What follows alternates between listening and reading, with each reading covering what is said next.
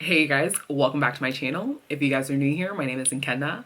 I am responsible for everything that goes on here. As you guys can tell from the title of today's video, we're going to be doing another nursing myths video. If you guys haven't seen any of my past nursing myth videos, you guys can check them out up here. I will link one up here so that you guys can go look at it. But diving right into today's myth, which is probably going to be a little bit controversial, but oh well. The myth of today is I should work 5+ years before going back to school. And to that, obviously, I'm going to say false. I will start this off by saying that in many of my new graduate nursing interviews, managers ask, where do you see yourself in 5 years? And that's kind of like a trick question. It's a very loaded question because ideally they want you to say, I see myself working on the unit, precepting new graduates, being involved with shared governance, being the best bedside nurse that I can be, having a couple of certifications under my belt. That is the gold star, heart eyes, we love you, we want you answer. In reality, a lot of people think to themselves, in 5 years, I hope to be in graduate school or finishing up with grad school or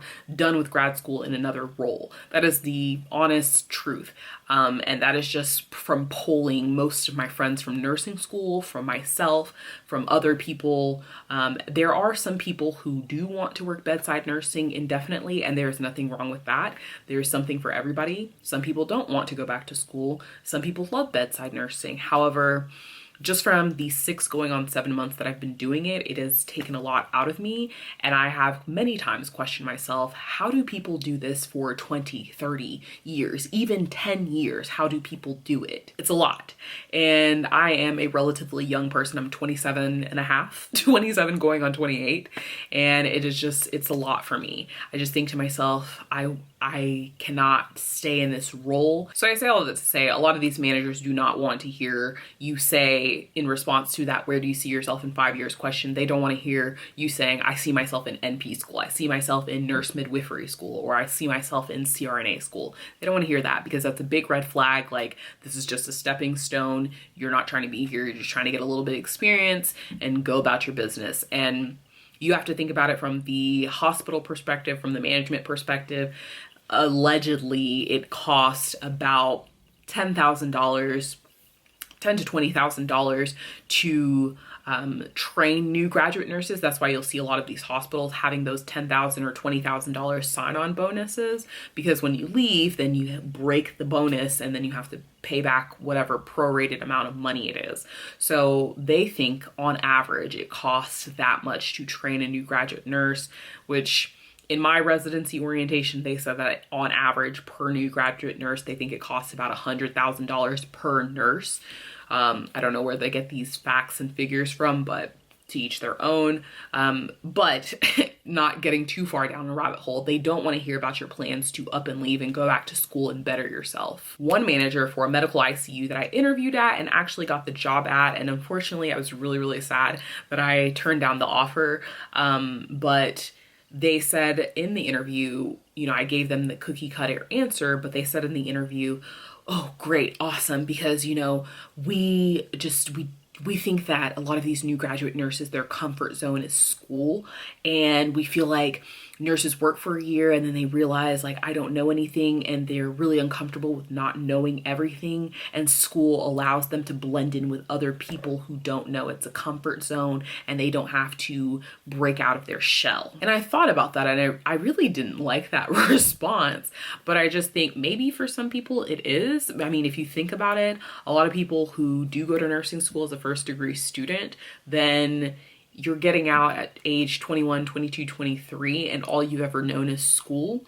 So maybe that might be true, but you know, if you're somebody like me who had some experience, or you're somebody who's older, had, you know, changed your career, whatever it might be, no, that's not true. You know, you just think, hey, I'm at a certain age, I am tired of school, I would like to hurry up and be done with school, because I know the longer I stay out of school, the less likely I am to go back to school. That's more so what it is. And the same thing can be said for people on the other end of the spectrum, people who are fresh out of college, this is their first degree. If you've been in school since you were 4 years old, yeah, you're probably tired of school too, and you just want to get it over with so that you can be done, enjoy the rest of your 20s, and just never have to worry about going back to school ever again. Honestly, I think Gone are the days where a lot of people go into bedside nursing and just stay in it for 20, 30 years and don't decide to do anything else. I think that there are some people who still want to do that, and that is very honorable.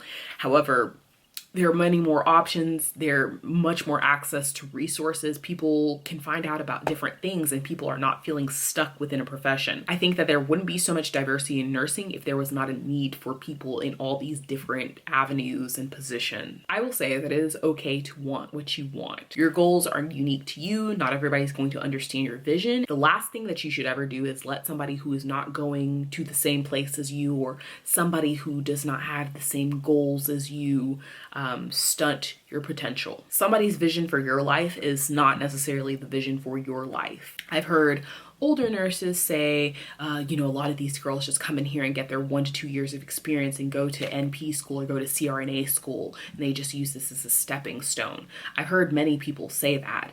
And the fact that people are so angry that people would like to advance themselves, I think that's really toxic.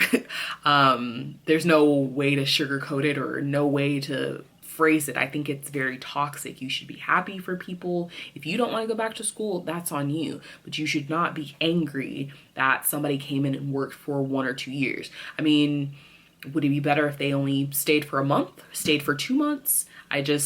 You can't be mad at people for chasing after their goals. At the end of the day, I think it's a common theme in all of these videos. I say, do what works best for you. If you want to go back to school after 1 year, do you, boo. And I've heard a lot of people say, you know, people go and get these direct entry degrees, or people go straight to school, straight out of nursing school, and they're never going to find a job. That's not true. I know plenty of people who went to a direct entry MSN program, they got jobs before they even graduated, or people who did like Emory's program where you do the BSN and then you work while you're getting your MSN and then you graduate and then you have a job.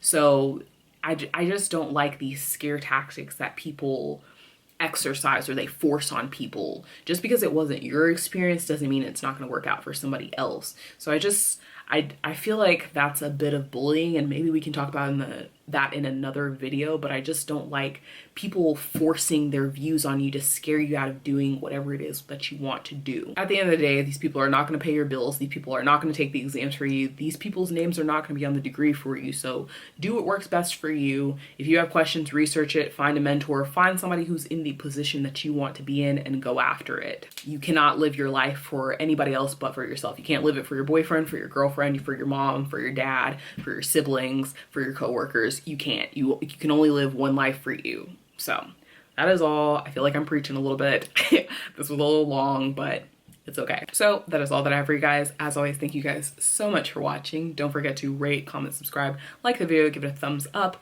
Don't forget to share this video with any of your friends or somebody that you think would enjoy this. As always, thank you guys so much for watching, and I'll catch you guys later.